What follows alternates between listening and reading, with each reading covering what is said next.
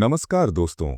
क्या आपने कभी सोचा है कि एक 45 साल का युवा नेता जो कभी घास की जड़ों से राजनीति की शुरुआत किया था, आज भारत की सबसे बड़ी राजनीतिक पार्टी का राष्ट्रीय अध्यक्ष बन सकता है, और वो भी उस पार्टी का जो पिछले दशकों से देश की सत्ता पर काबिज है।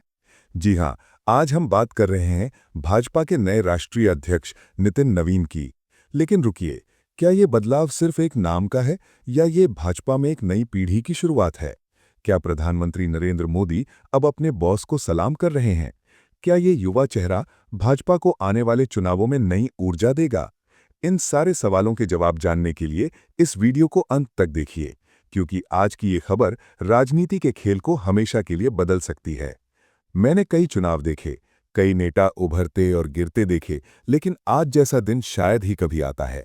आज 20 जनवरी 2026 को दिल्ली के भाजपा मुख्यालय में एक ऐतिहासिक पल हुआ। नितिन नवीन ने औपचारिक रूप से भाजपा के राष्ट्रीय अध्यक्ष का पद संभाला।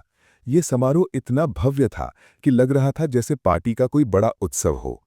प्रधानमंत्री नरेंद्र मोदी, गृहमंत्री अमित शाह, रक्षा मंत्री राजनाथ सिंह, पूर्व अध्यक्ष जेपी नड्डा और नितिन गडकरी जैसे दिग्गज नेता वहां मौजूद थे। सभी ने नितिन नवीन को बधाई दी और उनका स्वागत किया। अब सवाल ये है कि कौन है नितिन नवीन? क्या वो सिर्फ एक नाम है या उनकी कहानी में कुछ ऐसा है जो हमें प्रेरित करे? चलिए थोड़ा पीछे चलते हैं। नितिन नवीन बिहार के 5 बार के विधायक हैं। वो बिहार कैबिनेट में मंत्री भी रह चुके हैं। उनकी उम्र महज 45 साल है, जो उन्हें भाजपा का अब तक का सबसे युवा राष्ट्रीय अध्यक्ष बनाती है। इससे पहले नितिन गडकरी का रिकॉर्ड था, लेकिन नवीन ने उसे तोड़ दिया। दिलचस्प बात यह है कि भाजपा की स्थापना 1980 में हुई थी और नवीन का जन्म भी उसी के आसपास हुआ।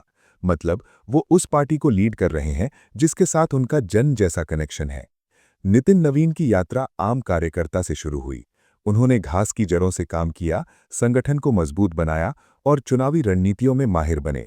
पार्टी के राष्ट्रीय रिटर्निंग ऑफिसर डॉक्टर के लक्ष्मण ने उन्हें निर्विरोध चुना गया घोषित किया और प्रमाण पत्र सौंपा। कल 19 जनवरी को नामांकन प्रक्रिया पूरी हुई और कोई दूसरा उम्मीदवार नहीं था। ये दिखाता है कि पार्टी हाईकमांड की पसंद नवीन ही थे। दिसंबर में उन्हें कार्यकारी अध्यक्ष बनाया गया था, जो साफ संकेत था कि वही अगले अध्यक्ष होंगे। अब सबसे मजेदार हिस्सा। प्रधानमंत्री मोदी ने नवीन को बधाई देते हुए कहा कि नितिन नवीन अब मेरे बॉस हैं और मैं पार्टी का एक साधारण कार्यकर्ता हूं।